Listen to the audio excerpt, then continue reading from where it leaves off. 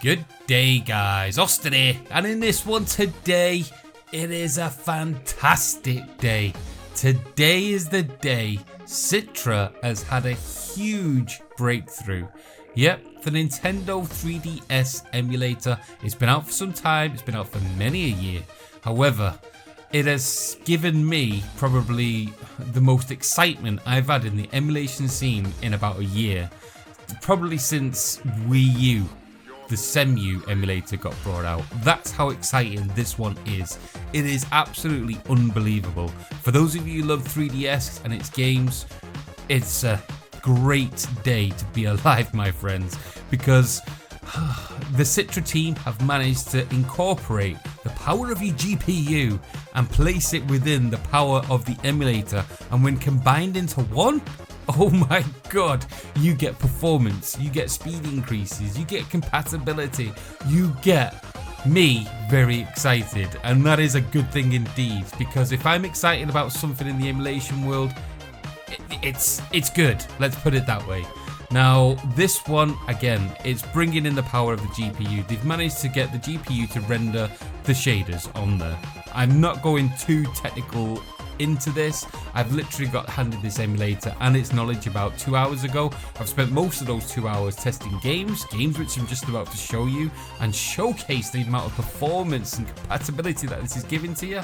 But I will give links in the description down below to read to your heart's content. They're the developers who know more about all this kind of stuff. I've literally done no research other than playing these games and seeing how well they run. Because let's face it, that's what you're all here to watch this video for at the end of the day. In the future, I will release videos with more technical, in-depth, especially in comparisons, and going deeper under the hood with some of these more popular games. That's where the plan is. But for now, sit back and enjoy what the Citra team have brought to you guys, because this is an amazing, amazing day. So without further ado, let's get stuck in.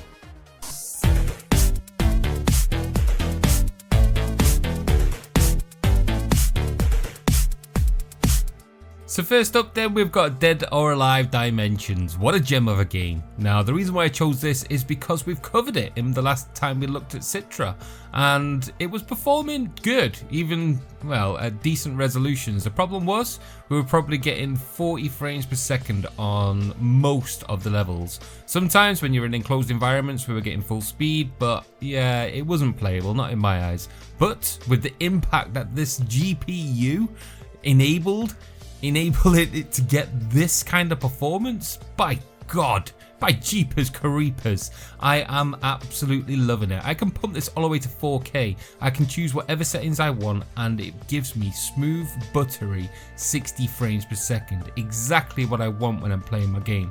And the way that this looks on Citra, pumped to this kind of resolution, beautiful. Almost as beautiful as her. But yeah, awesome.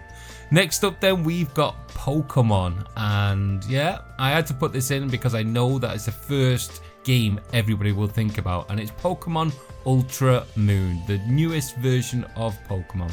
Now I've covered this in the past and it has been working. There's been a few glitches here and there. Apparently there were some crashes at some point, but it's now fully playable. I've not played it all the way through, but I've been told that most, in fact all of the crashes that have been known are now picked up. Put in the comments down below if you know of any other crashes, or if you're playing this build in the future and you do come across any. But as far as I'm aware, this is now 100% playable. Now the awesome thing is that not only is it playable, it is full speed, and I mean full speed. I can pump this, it's crazy, but I can pump this to 300 frames per second. The problem is that the actual frame rate is tied to the game speed, so when I play it at that speed, it just goes crazy. But as you can see, outside environment, I can just skip around everywhere. There's zero slowdown whatsoever. 60 frames per second, it is not even budging an inch. Even when you go into the fighting scenarios, it's all 100% frame rate. It is unbelievable the performance that this is now pumped into a game which, yeah, it was playable, but you needed a decent rig to play it. Now, across the board, you can play this 60 frames per second. no slowdown whatsoever, no hiccups. It is looking beautiful. And that's the other thing to notice as well. In the past, oh, hang on a minute, here we go. It is the crazy speeds that I was talking about. So outside environment, we're looking at 200 frames per second plus. This is crazy. When you're in the fights and things like that, then it does pump up to 300 frames per second. I can go for a little wander all the way around the map. It makes no difference whatsoever, and it just keeps on pumping it out. It is unbelievable, the performance. But as I was talking about, it's not just the speed, it's also the graphics as well. Yep, beforehand we could pump the game up to what, probably, I don't know, 1080p, no problem. The problem was that the outlines were pixelated due to the way that it was handled by the emulator.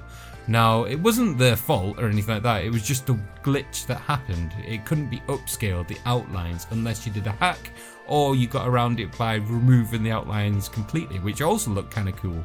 Now, the way that this is being rendered means that them outlines are now smooth as the gameplay.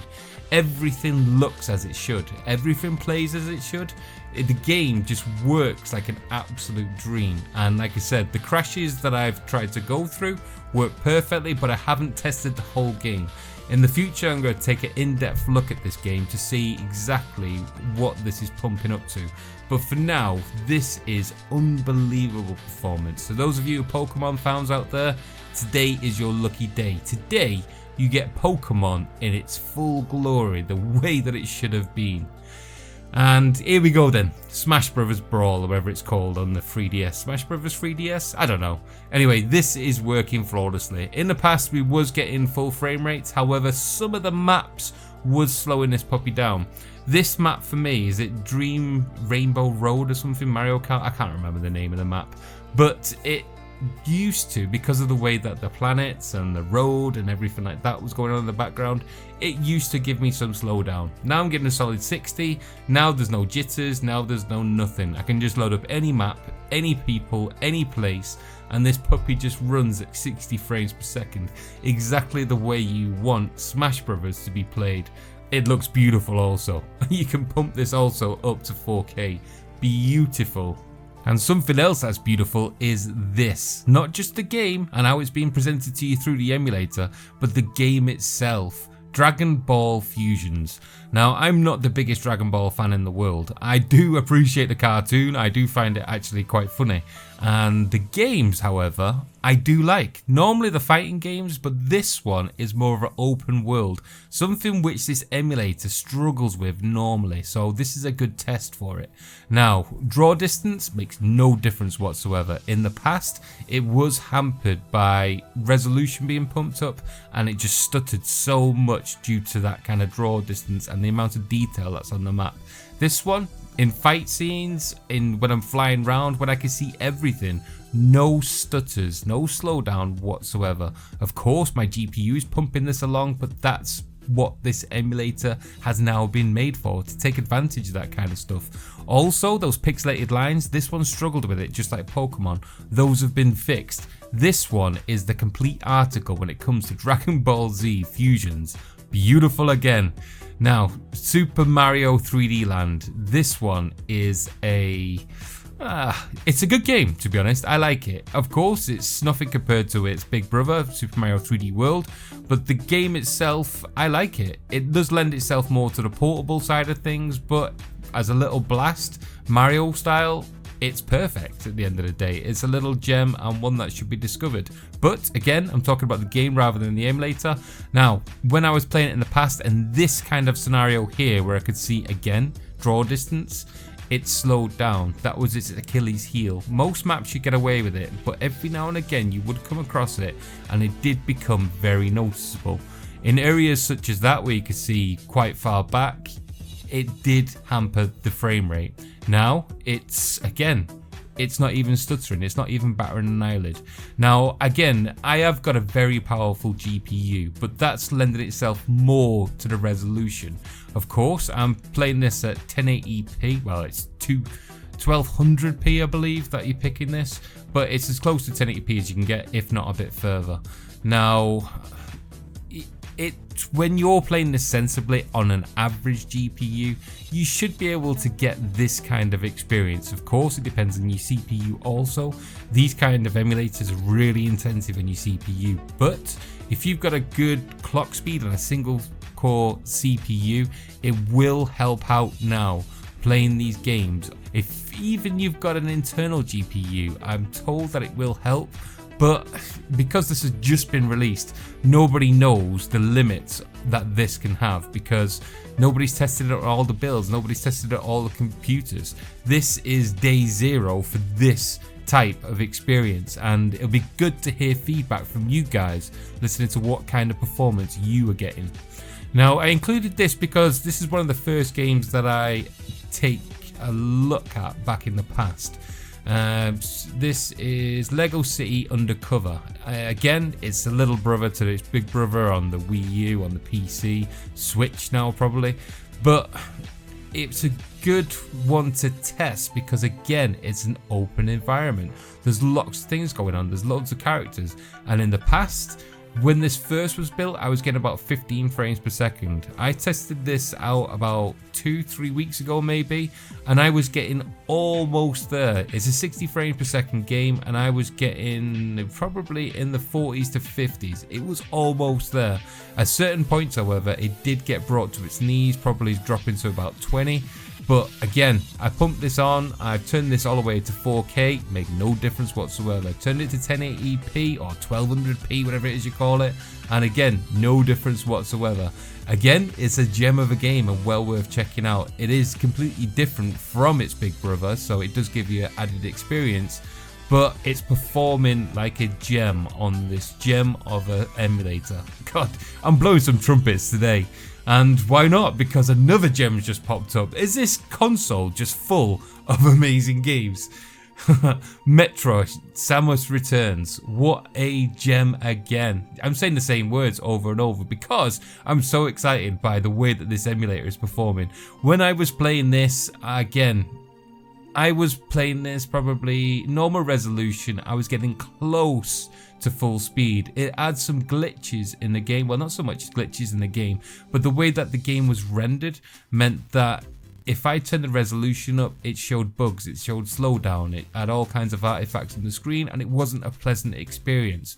Now, with this build of the emulator, I haven't done enough testing on it to show scientifically what's going on, but me just loading it up, playing it, it's beautiful. I can turn this up to whatever resolution I want, any settings I want.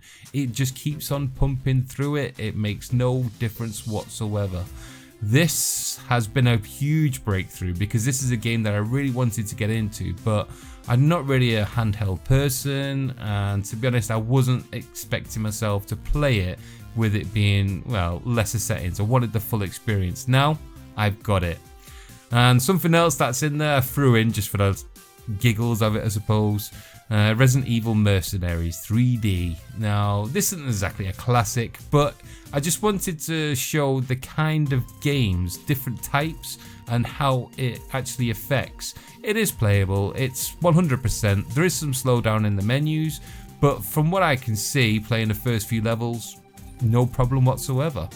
Now, another Mario game and another gem on this system is New Super Mario Land, or whatever it is. I can't remember. There's not many Marios now. They're all in different places. And they're new, they're old, God knows. But this, again, it was running perfectly beforehand, so I wasn't expecting any difference running it on this one. However, I did want to see if there was any difference to the resolutions. Now, again, because this is only doing the internal resolution, that's the only setting I can play with, and of course, the emulator is helping out being able to use my GPU, but there was never no slowdown. The one thing that this game needed was texture scaling.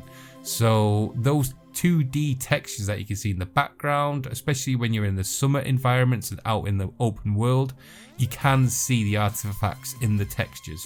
So hopefully in the future that one will get rectified. Now, I've tested this. I've had this game in my catalogue for ages. I booted it up probably first time when I bought it, and I never went back to it because it's a bit too much like a kid's game, to be honest. There's no fun for me in this one. Star Fox, I think, got ruined by this point. But anyway, The way it's been rendered is, well, to be honest, it looks like the CEMU version because the CEMU version was that bad. Yeah, it's running full speed, it's all there, but at the end of the day, it's a crap version of Star Fox. Luigi's Mansion then, let's get into things that don't work. Now, this one had huge frame rate issues when you used to launch it up. It used to go for about 10 frames per second if you were lucky at certain parts. Now it has improved. I'm getting probably about the 30 frames per second average mark. The problem is that this is a 60 frames per second game, so it's running half speed.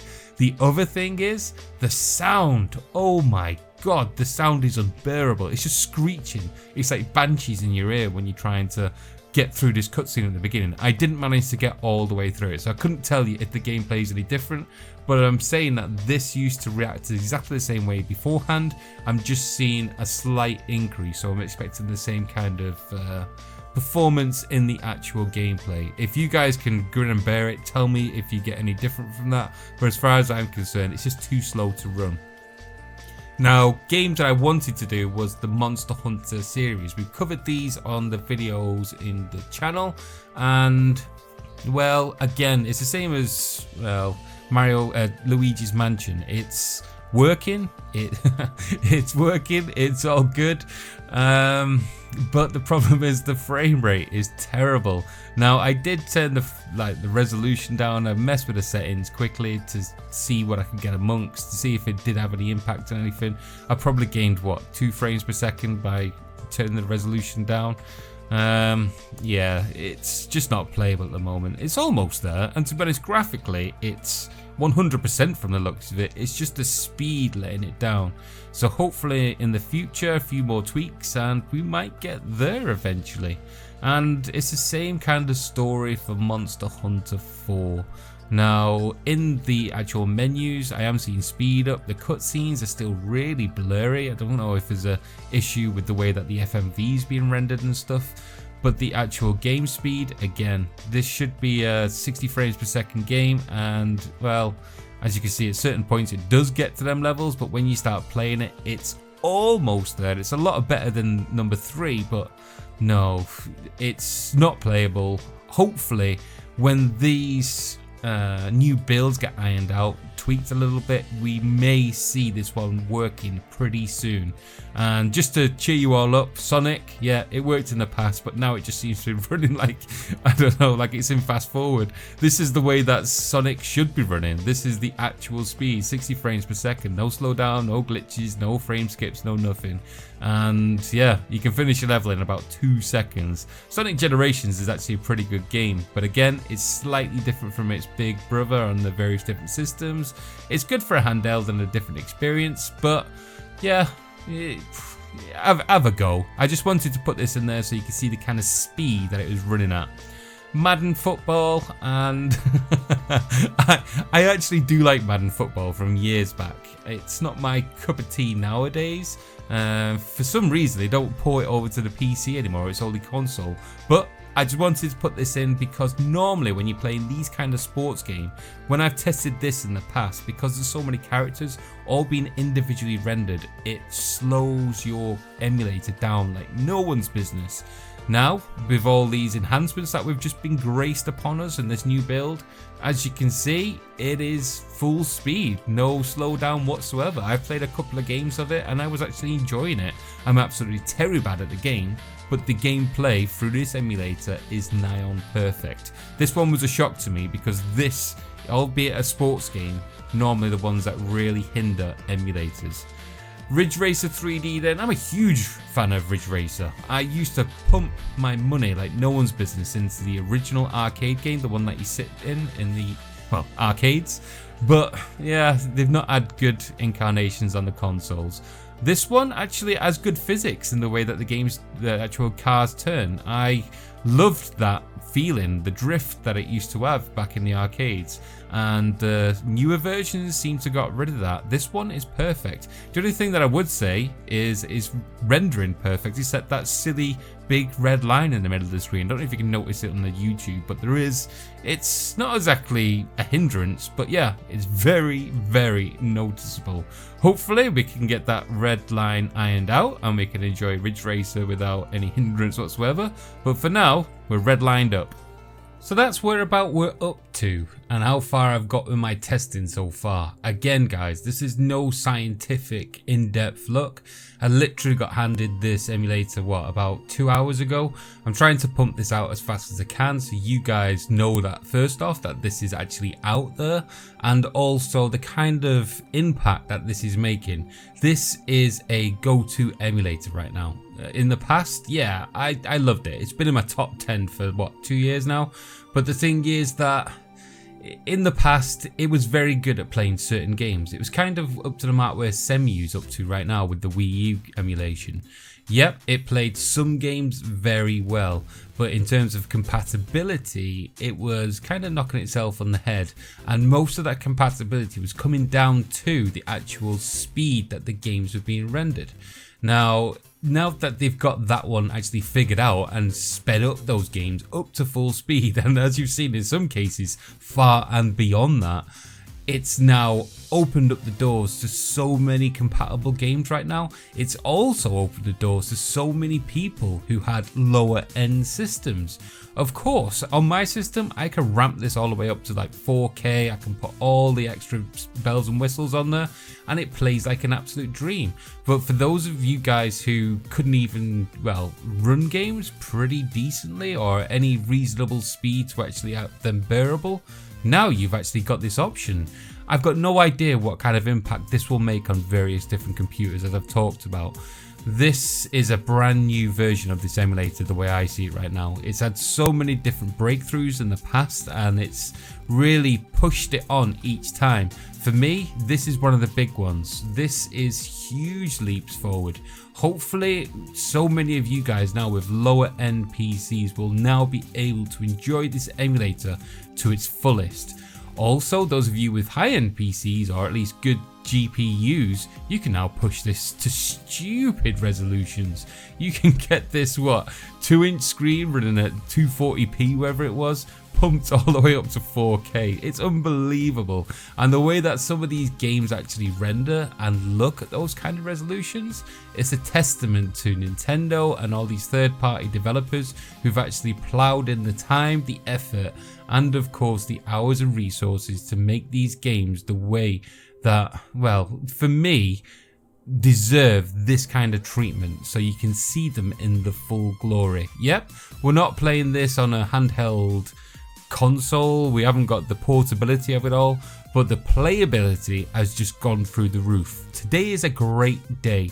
Today is an amazing day. In fact, today is so good that I need to welcome you guys into the Simply Austin Club.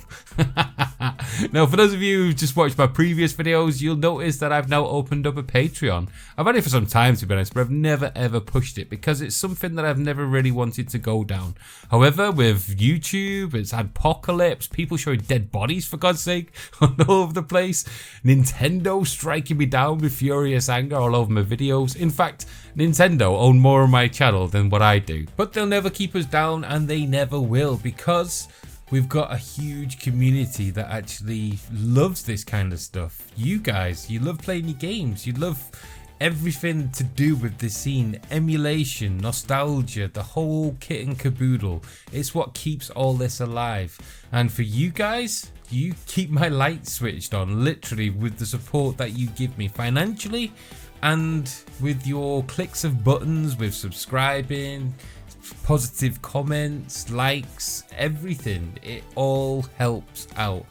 But I would like to thank personally those of you this month who have gone far and beyond what I ever expected and actually contribute financially. So Adam Westwood, Andrew Broadhurst, Berno Walsh, Christopher Barnett, C Styles 101, David Bell, Dudebury, Ed, Fool to Dream, Gabriel Hassan, Heath Phillips, Ian Mackrell, James Dingo, James Metcalf, Joe White, Ken Varley, Kevo, Quintaro, Mark Brown, Mark Vanderville, Mark Tobin, Matt Gardner, Michael Lessard, Mitch Swartout, sorry if that's the wrong pronunciation, mate, Paul Cook, Big Ray, Richard White, Rob Hunter, Rumble, Simon Dunbar, Tony Quirk, Toon Lady. You guys you've blown me away. I've only been pushing this Patreon for what, 2 days now, and it's unbelievable what support you've given me. So far with your money, I've managed to up my audio, well, hopefully. I'm testing out a new microphone now, and hopefully it's improved from my $10 headset. I got no idea. I'm no good when it comes to this kind of stuff. But, well, we'll keep on working until we hit the right one. But it's all possible because of you guys, you out there, helping out in whatever way you can. If it's a click of a like, click of a subscribe, click of a $sign, it all counts in any small and big way. So thank you all. Well, that's it today, guys. Thank you so much to Citra for bringing this to me. Thank you so much for Citra to bringing it to everyone by the time this video is released. It is unbelievable the work that they've put into this and the breakthrough that this is. This truly is a groundbreaking day for 3DS emulation. This one, it'll be remembered for a long time by me anyway, and I don't know, I'm weird like that. But anyway, I'm waffling on because I feel really awkward just talking about money. So it's been a pleasure as always. Please like, please subscribe, please do all the things that you can in this wonderful world of gaming, emulation, nostalgia, and, well, just having a good time. So most of all, you have a good day. Laters!